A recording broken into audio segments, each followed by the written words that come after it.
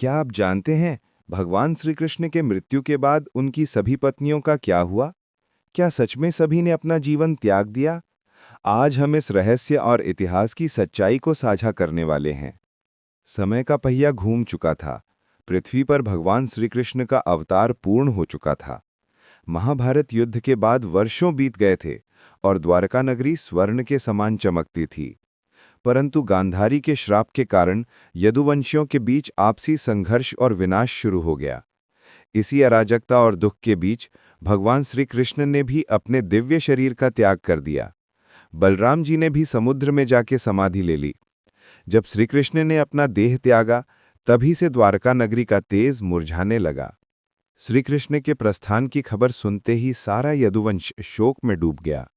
रुक्मिणी जी, जो सदैव श्री कृष्ण के साथ हर सुख दुख में रहीं, ये वियोग सह नहीं सकीं।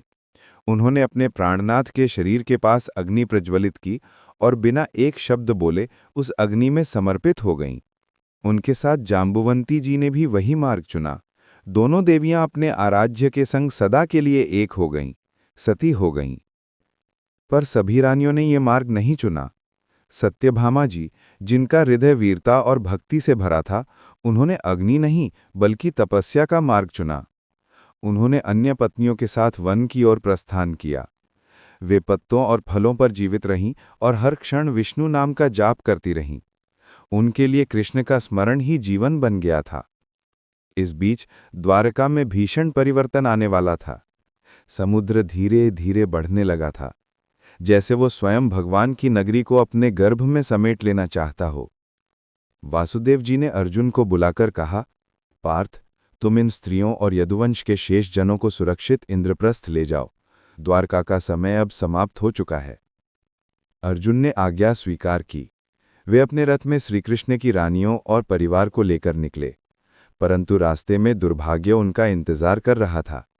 डाकुओं का एक दल उन पर टूट पड़ा।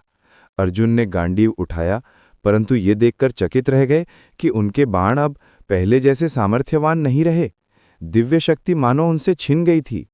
डाकुओं ने आक्रमण किया और कई रानियों का अपहरण कर लिया।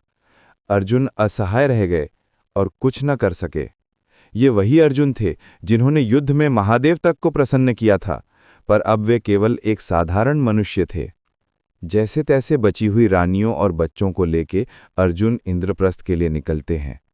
इसी बीच जब वे पीछे मुड़कर देखते हैं तो दूर क्षितिज पर द्वारका धीरे धीरे समुद्र में डूब रही थी। मंदिर, महल, गलियां सब लहरों में समा रही थीं। मानो साक्षात विशाल सागर स्वयं भगवान कृष्ण की नगरी को अपनी गोद में ले रहा हो। वो दृश्य अत्यंत मार्मिक और भावुक था। श्री कृष्ण के बिना द्वारका का अस्तित्व ही समाप्त हो गया।